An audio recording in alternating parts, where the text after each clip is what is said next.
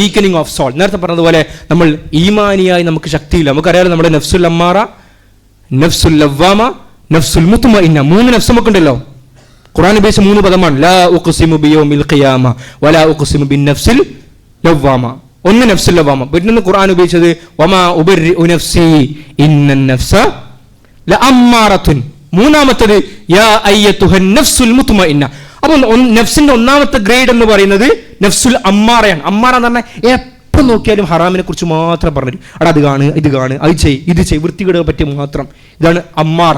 ഈ അമ്മാറയിൽ നിന്ന് നമ്മൾ അമലുകൾ ചെയ്ത് തസ്കിയത്തിന്റെ അമലുകൾ ചെയ്ത് പോകുമ്പോൾ നമ്മുടെ നഫ്സ് രണ്ടാമത്തെ സ്റ്റേജിലേക്ക് അപ്ഡേറ്റ് ആവും. വേർഷൻ 2.0 വരും. അത് നഫ്സുൽ ലവ്വാമയാണ്.